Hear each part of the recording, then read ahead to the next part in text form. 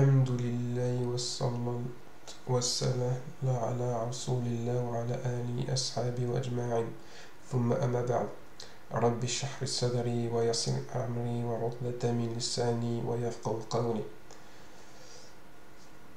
Assalamu alaikum wa rahmatullahi wa barakatuh. Alors j'espère que vous allez bien. Si je me gratte un peu les yeux, c'est parce que j'ai sûrement fait une petite allergie. Mais rien de très grave, alhamdoulilah. Donc, la dernière fois, on en était sur la foi dans le livre, la foi dans le Coran. Et on avait vu notamment en premier lieu que, à l'époque où le Coran a été révélé sur le prophète, il a lancé le défi de faire des sourates ou de faire un livre pareil ou même de faire des ayats pareils. Et les Arabes de l'époque, les contemporains du prophète, au lieu de relever ce défi qui aurait permis de détruire l'islam, ils ont préféré prendre les épées et faire la guerre aux musulmans, parce que c'était plus simple de battre l'islam en faisant la guerre que en faisant un livre pareil, alors qu'ils étaient réputés pour être des grands poètes.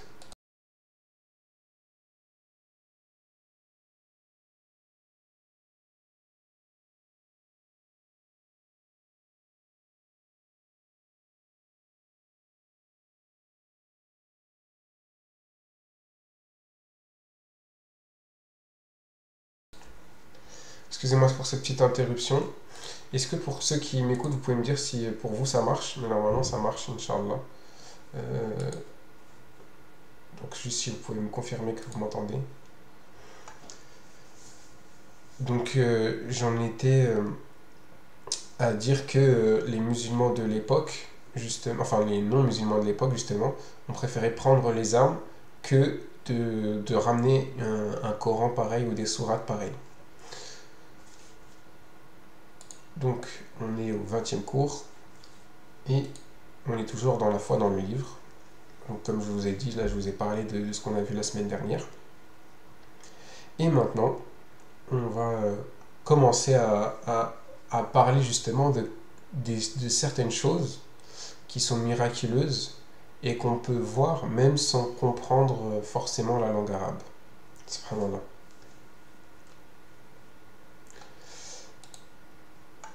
Alors un livre qui change une civilisation.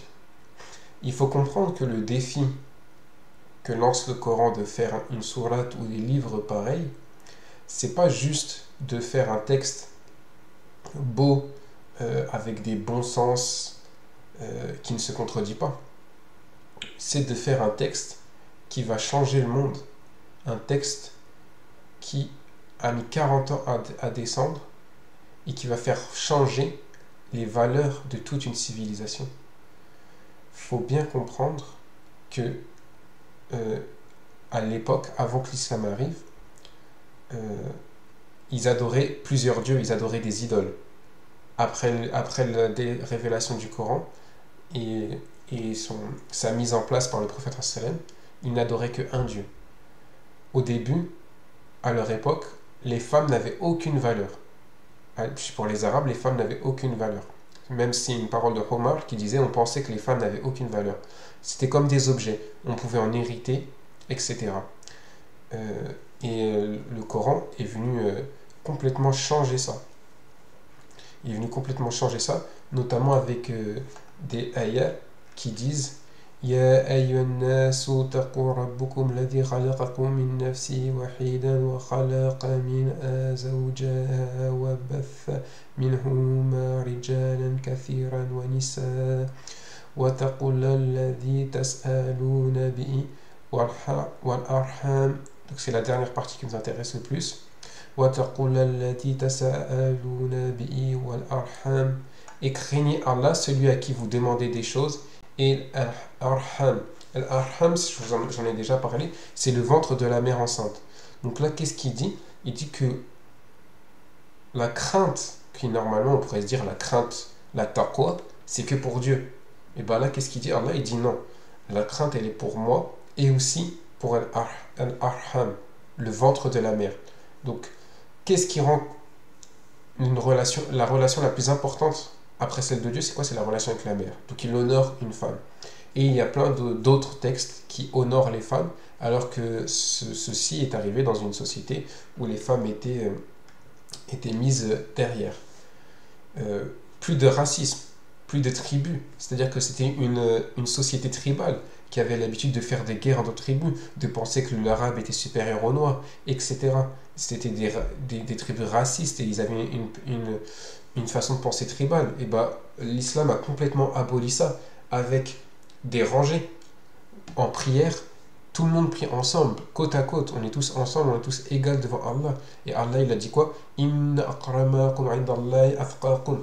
Le plus honoré auprès d'Allah, c'est celui qui le craint le plus. Il n'y a pas de couleur, d'histoire de couleur ou de tribu.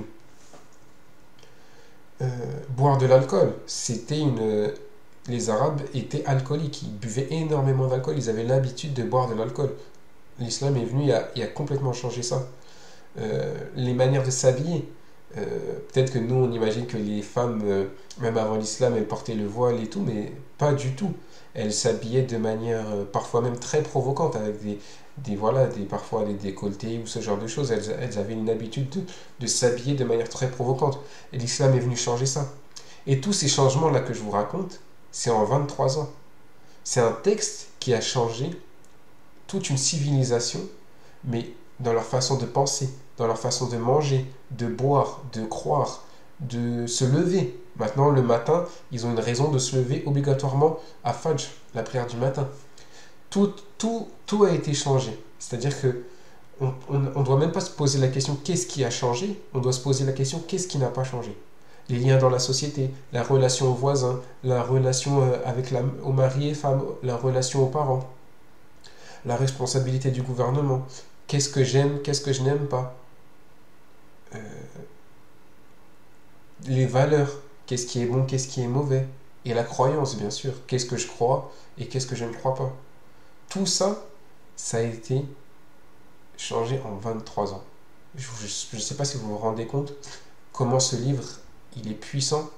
Vous vous rendez compte, une récitation, un texte récité, le Coran a réussi à changer tout un pays, la péninsule arabique en 23 ans, dans toutes les manières d'une société, quasiment.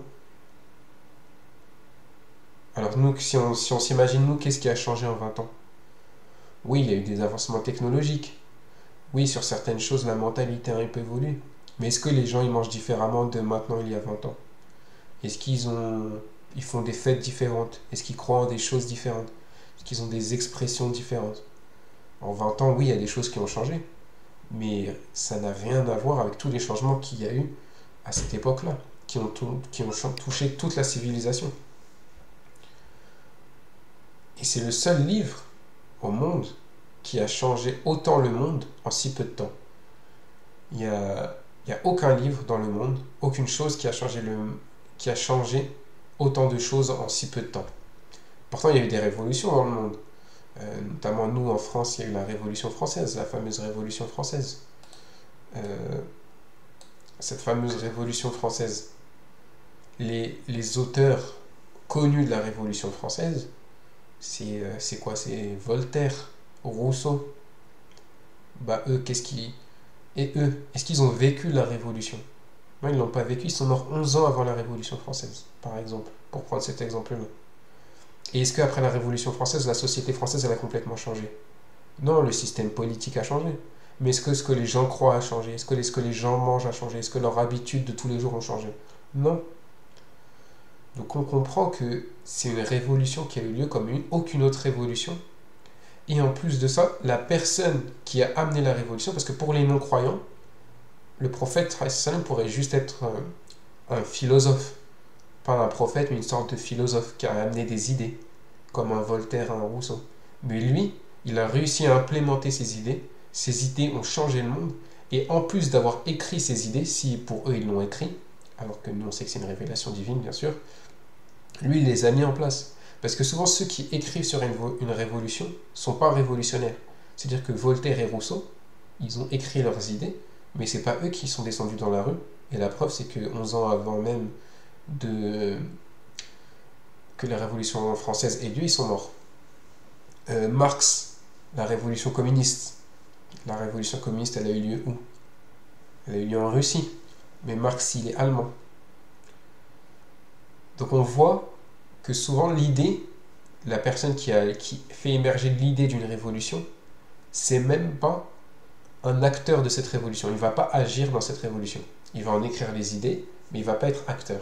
Alors que le Coran, le prophète sallam, il est celui qui le récite et il est celui qui agit et qui le met en place.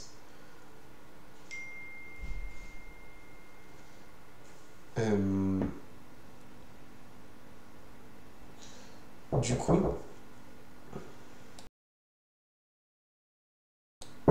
attendez 2 petites secondes.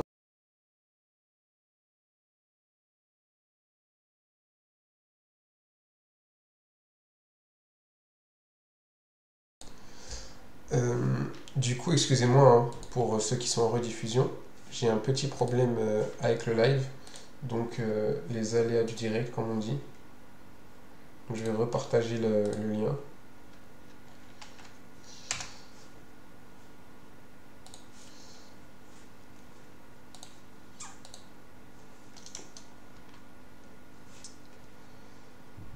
Et je reprends. Inch'Allah. Donc, j'en étais où?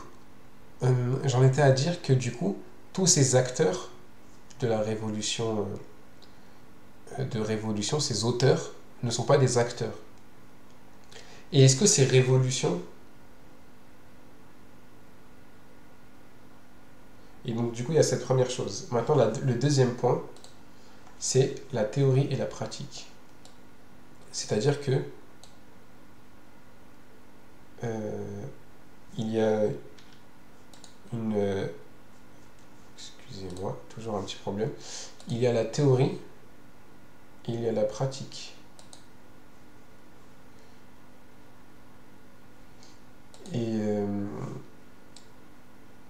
Et dans ce cas-là, attendez 2 petites secondes, j'arrive pas à me concentrer sur plusieurs choses en même temps.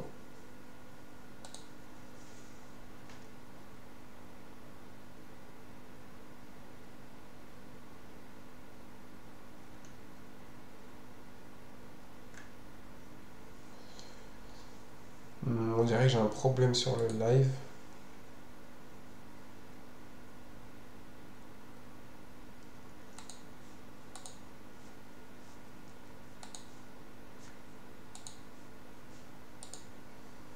Je ne sais pas comment régler ça.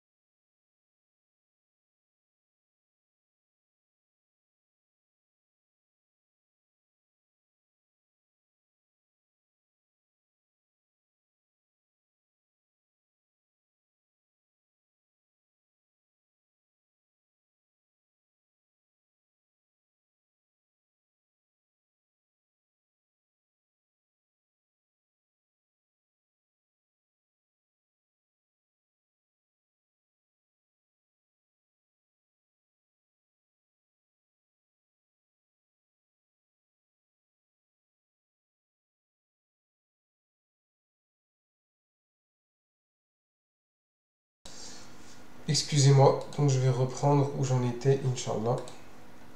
J'ai eu un petit problème technique. Donc pour parler de la théorie et de la pratique, là on comprend bien ici que la plupart... Ah oui, ce que je voulais vous expliquer, voilà, c'est que la plupart des révolutions ou des idées n'ont pas parfaitement été mises en place. Je m'explique. La démocratie, par exemple, l'idée que les gens ont de la démocratie, il n'y a aucune démocratie actuelle qui y répond parfaitement.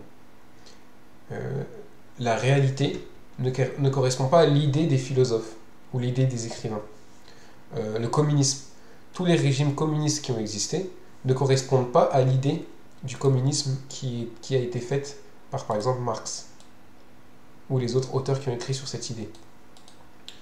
Ce n'est pas en concordance, il y a une dissonance, c'est-à-dire que la réalité n'arrive pas à se rapprocher parfaitement et à coller parfaitement à la théorie.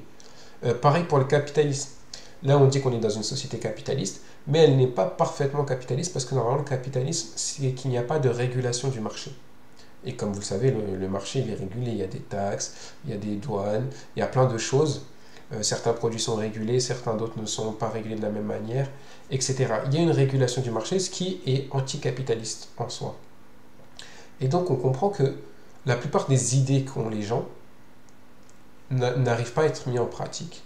Et donc, si l'islam, si les gens qui ne sont pas musulmans comparent l'islam à une idée philosophique, et ben pour elle a réussi à être mise en place parfaitement par le prophète sallam et par les califes bien guidés qui sont venus après et qui ont réussi à justement étendre l'empire musulman et qui ont réussi à mettre en pratique parfaitement le Coran, qui ont réussi à mettre en place les lois divines comme le Coran le demande. Et il n'y avait pas cette dissonance comme il peut y avoir entre d'autres idées qui, elles, sont humaines, comme le communisme, etc. Donc il y a aussi cette grande différence du coup que il y a une réalisation parfaite de la théorie à la pratique. Et c'est la seule fois dans l'histoire où un livre qui est le Coran a réussi à être mis en pratique parfaitement. Tous les autres livres d'idées de philosophie ne sont jamais mis en pratique parfaitement.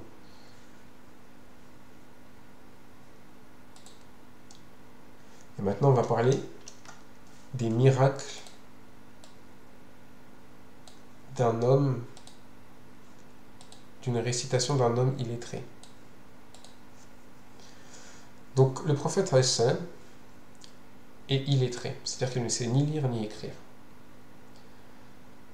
Donc, quand il récite le Coran, il parle.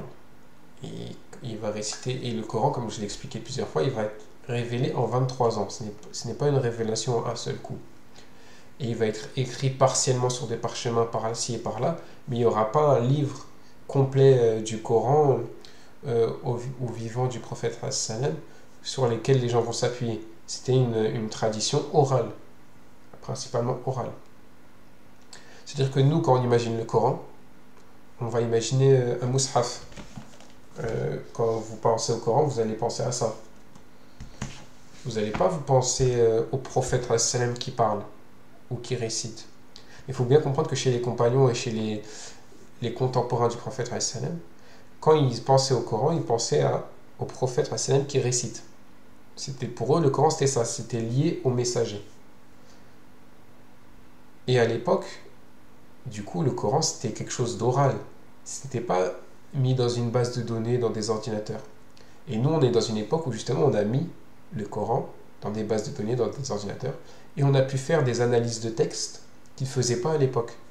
C'est-à-dire qu'on a pu trouver des choses que eux, à l'époque, ils ne se doutaient pas qu'il y avait, et ils ne se posaient même pas la question. Le prophète, c'est le premier hafiz du Coran, donc il a reçu la révélation à 40 ans et il est mort à 63 ans. Et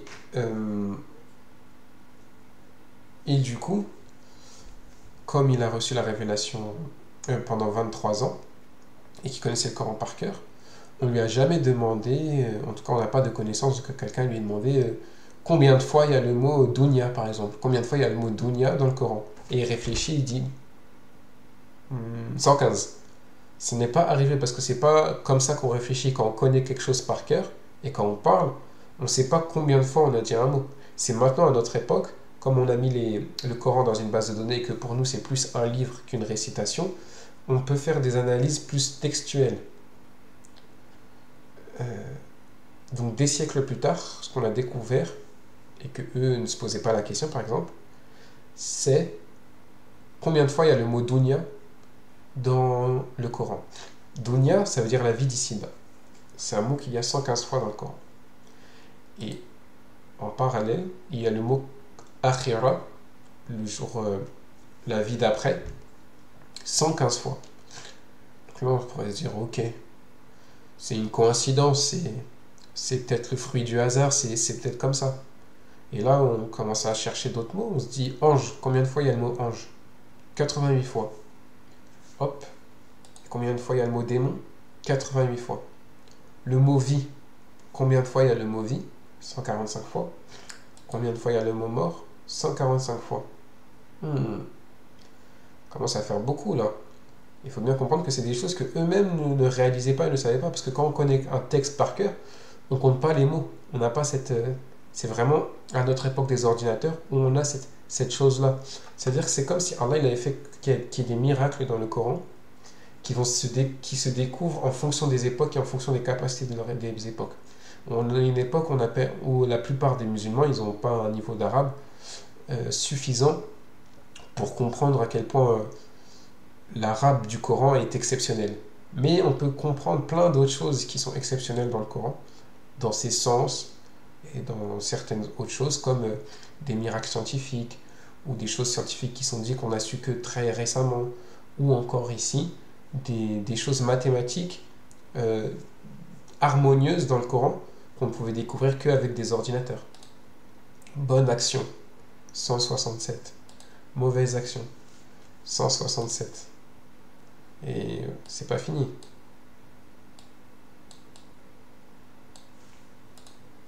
Mécroyance et croyance, 17 fois.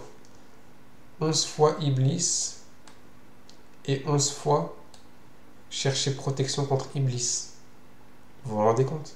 Dans tout le Coran, dans plus de 600 pages, et ces choses-là ne sont pas à côté. C'est-à-dire que c'est pas à chaque fois qu'il y a Dunya, il y a Akhira juste à côté. Ils sont séparés dans le texte, et au final, ils sont de manière harmonieuse. Ils disent 332 fois, dit 332 fois. C'est comme un dialogue, vous imaginez? Ils disent, et toi dis en réponse. Ils disent, dis en réponse. Mais pourtant, dans le Coran, c'est pas du tout comme ça. Pas à chaque fois qu'il y a marqué ils disent, il y a marqué dit à côté. Ou pas à chaque fois qu'il y a marqué dit, il y a marqué ils disent à côté. Plein de fois, c'est séparé, complètement séparé. Et au final, quand on fait le compte, les deux, ils sont 332 fois. Et là, les deux derniers que j'ai mis, c'est deux qui me surprennent, que je trouve incroyables.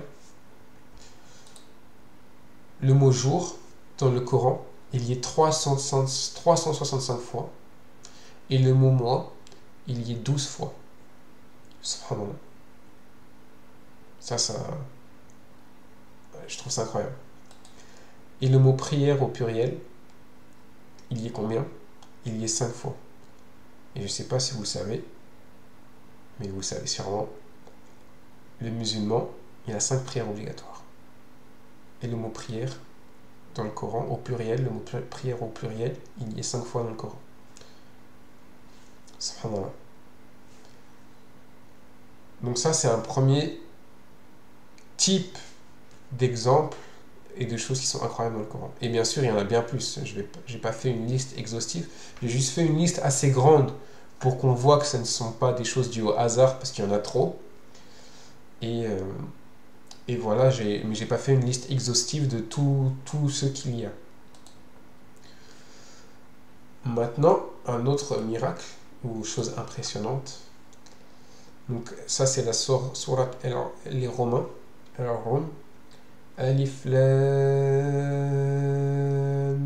Mim. Excusez-moi. Bismillahirrahmanirrahim. Alif Lam Mim. Ulibatil Rum. في أدنى الأرض وهم من بعد علبهم سيغلبون. Alif Lam Mim, les Romains ont été vaincus dans la terre la plus basse. Et après la défaite, ils seront vainqueurs. Donc là, il y a plusieurs miracles. Un des miracles ici, c'est que Allah il fait une prédiction que les Romains vont être victorieux après avoir perdu.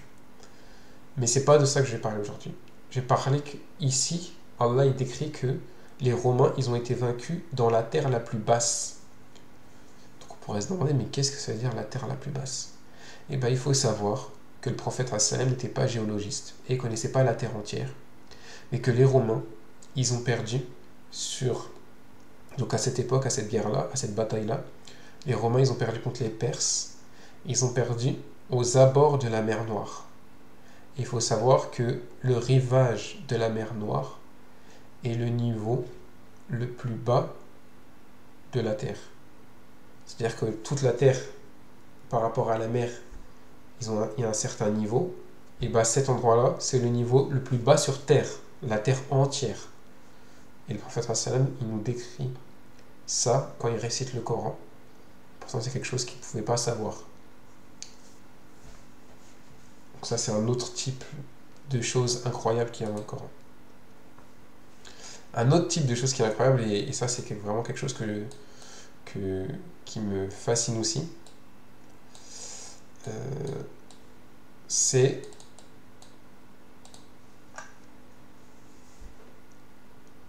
qu'il y a plusieurs noms propres dans le Coran. Il y a plusieurs noms propres dans le Coran. Par exemple, nous, si on parle de noms propres actuels, moi je m'appelle Thomas. Mais si je fais pas de recherche sur Internet, je sais pas ça veut dire quoi Thomas. La vraie signification. Et quand je fais des recherches sur Internet, je vois que ça vient du grec et que ça veut dire jumeau. Ou Marc. Marc, on sait, si je dis à quelqu'un Marc, ça veut dire quoi toi, pour toi Marc? Il va dire Marc, c'est mon voisin, c'est mon collègue. Mais ça veut rien dire. Bah, Marc, ça veut dire guerrier. Et dans le Coran, il y a des mots qui viennent pas de l'arabe. Ibrahim, Youssouf, Azar, Ismaïl, Moussa, ce ne sont pas des mots arabes. Ce sont des mots d'autres langues. Moussa, ça vient de l'égyptien. Ismaïl, ça vient de l'hébreu. Ibrahim, ça vient sûrement du babylonien. En tout cas, ce ne sont pas des langues, ce sont des langues qui sont pour la plupart mortes à l'époque où le prophète les reçoit. Et pourtant, ces noms-là, pour 16 de ces noms-là en tout cas, il y a des linguistes, notamment un linguiste qui a étudié cette chose-là dans le Coran, qui dit qu'il y a la traduction de ce nom-là en arabe dans le Coran, alors que ces noms-là, ils viennent de langues mortes. C'est-à-dire que, par exemple, Moussa, c'est qui lui a donné son nom? C'est Pharaon et sa femme. Donc il a un nom qui vient d'Égypte, c'est un nom égyptien. Et donc, on pourrait se demander qu'est-ce que ça veut dire?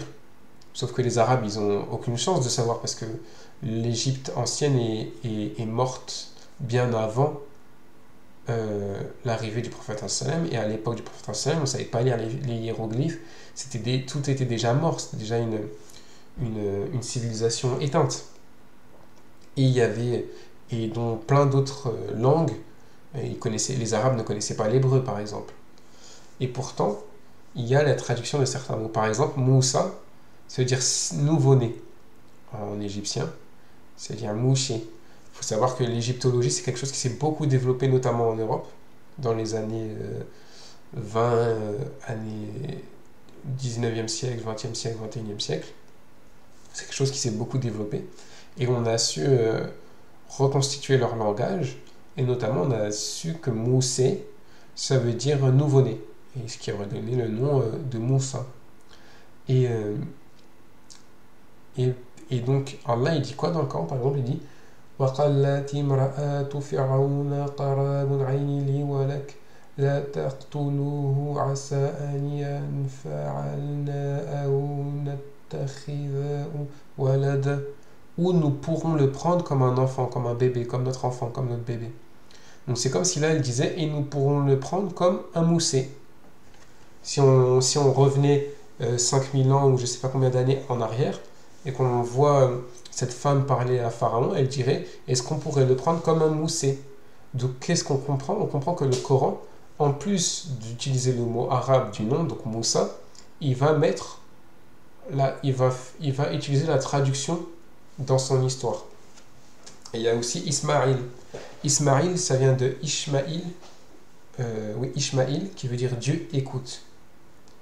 Qui veut dire Dieu écoute. Et donc, dans le Coran, quand Ibrahim et Ismaïl construisent la Kaaba, qu'est-ce qui est dit dans les ayats qui suivent? إذ يرفع إبراهيم القواعد من البيت وإسماعيل ربنا تقبل منا إنك أنت السميع العليم. Sans aucun doute, tu es celui qui écoute. Dans le même verset, dans la même ayah, il y a le mot Ismaïl qui veut dire Dieu écoute en hébreu. Et à la fin, il y a marqué certes, tu es celui qui écoute. Subhanallah. C'est comme si Allah, et ça, du coup, pour 16 noms différents, donc 16 noms arabes qui y a dans le Coran, Allah, il a mis la traduction proche de ces noms-là ou dans l'histoire de ces personnages-là. Subhanallah. Donc ça, c'est une autre chose incroyable qui a été étudiée par justement un linguiste. Il y a aussi le découpage. Donc ça, c'est quelque chose de plus mathématique. Il faut savoir que Allah dit dans le Coran que il a révélé au prophète sallam, si je fais une traduction rapprochée, les 7 répétés et le Coran. Donc les 7 répétés, c'est la Fatiha, un peu comme si la Fatiha elle était à part, comme si c'était un prologue. Et le Coran. Et le Coran qui est donc le reste du Coran. Et il faut savoir que les Sahaba, ils avaient l'habitude de réciter le Coran une fois par semaine. En entier, réciter le Coran une fois par semaine. Et pour ça, ils ont découpé le Coran de manière à que ce soit assez égal et assez équilibré pour que chaque jour, ils récitent à peu près la même portion en termes de récitation, en termes de nombre de pages, en termes de temps de récitation. Et qu'à la fin d'une semaine, ils aient fini de réciter. Donc, ils commençaient par réciter les 3 premières, sans compter Al-Fatiha, donc en commençant par Al-Baqarah. Après les 5 qui suivent, les 7 après 7 sourates, après 9, après 11, après 13 et après 65. Et ce qui est incroyable, c'est que même quand ils essayent de découper le Coran pour pouvoir le lire en une semaine, le découpage, il est mathématiquement beau. Parce que vous avez remarqué qu'à chaque fois, il y a 2 d'écart. 3, 5, 7, 9, 11, 13. Et 13 et 65, il faut savoir que 13 et 65, 65 c'est un multiple de 13. 13 fois 5, ça fait 65. Et donc même quand ils essayaient de découper le Coran en 7 pour pouvoir le réciter en une semaine, le découpage est harmonieux.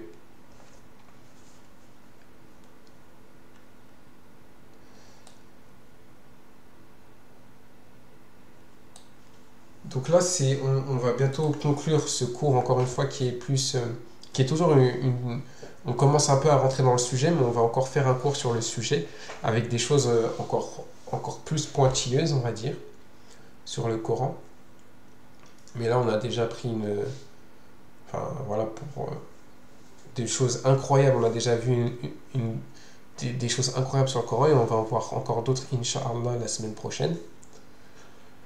Et vous pourrez peut-être remarquer que parfois il y a pas mal de critiques du Coran qui sont faites sur Internet ou par des gens ou dans des vidéos sur YouTube ou je ne sais où. Et souvent quand on regarde ces critiques sur YouTube ou sur Internet, on remarque tout de suite que la personne qui a fait ces critiques, elle n'a pas vraiment cherché. Elle dit des choses comme ça, mais c'est des choses de surface, il n'y a pas de vraie profondeur. Ça se voit qu'elle n'a pas étudié le sujet quand elle critique le Coran. Et ça me fait penser à notamment des gens qui ont cherché à se convertir, à critiquer le Coran, et quand ils ont fait des recherches, ils se sont convertis. Et il y en a pas mal à qui c'est arrivé, notamment dans les années récentes, des gens d'extrême droite qui voulaient critiquer le Coran et qui, en étudiant l'islam et le Coran, se sont convertis. Et ça fait écho à ce que Allah dit dans le Coran. Allah dit dans le Coran,